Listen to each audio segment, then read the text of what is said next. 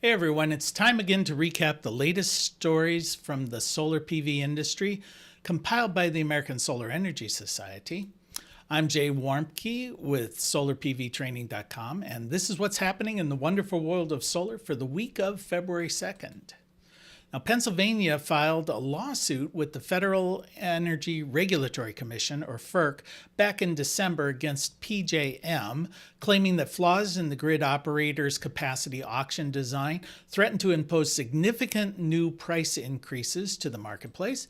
Governor Josh Shapiro's office announced this week that they had reached a settlement that they had worked out with PJM to lower the capacity auction cap price from over 500 megawatts per day to $325 per megawatt day.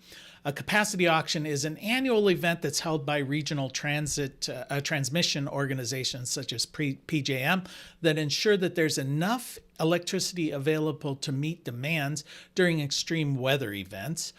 Providers set a power cost that's through this auction that is meant to secure emergency power over the 3 years coming up. Last year's PJM auction shocked industry analysts when prices for future emergency power jumped from $29.92 per megawatt hour day, that was the price in 2023, to $269.92 per megawatt day, which is nearly a tenfold increase. The price jump signaled that the cost of electric generation could rise sharply over the next few years. The spike in capacity prices was driven in large part by power plant retirements, increased load demand, and new market rules that aim to better reflect the risks from extreme weather. An auction price was largely a matter of supply and demand, and that reducing the price cap for future auctions is pretty much seen as a symbolic gesture, but the state has also announced several steps to increase generation supply, such as reopening the interconnection queue to bring new generations projects online and to speed up the approval process. It currently takes as long as 5 years for a project to get approval to connect to the grid. In 2024, China installed 357 gigawatts of solar and wind over what was operating at the end of 2023. This according to China's National Energy Administration. Now, this compares with about 45 gigawatts of new solar and wind built in the United States during the same time period. China surpassed its goal that was set 5 years ago to reach 1,200 gigawatts of renewable energy by 2030. China's wind and solar capacity has boomed since 2009. That was the year that they built their first solar farm. Now, between 2000 and 2023, electricity demand within China has grown sevenfold. The Chinese central government responded by enacting sweeping policies that prioritize the development of renewable energy. In 2024, wind and solar overtook coal as the leading source of electricity generation within China, providing 38.4% of the nation's power compared to 38.1% provided by coal. Hydro provides 14%, nuclear about 2%, and the remainder is generated from other sources such as biomass, geothermal, natural gas, and oil. China is further cementing its position as the global leader in renewable development with 180 gigawatts of utility-scale solar and 159 gigawatts of wind power already under construction within that nation, according to new data from Global Energy Monitor. This total is nearly twice as much capacity under construction as the rest of the world combined. Several of the executive orders issued by President Trump in the first 2 weeks of his second term have impacted the clean energy industry. These include a 6-month pause on all offshore wind development in federal waters, a pause on certain Inflation Reduction Act and Infrastructure Act fundings, and a freeze on all federal grants and loans.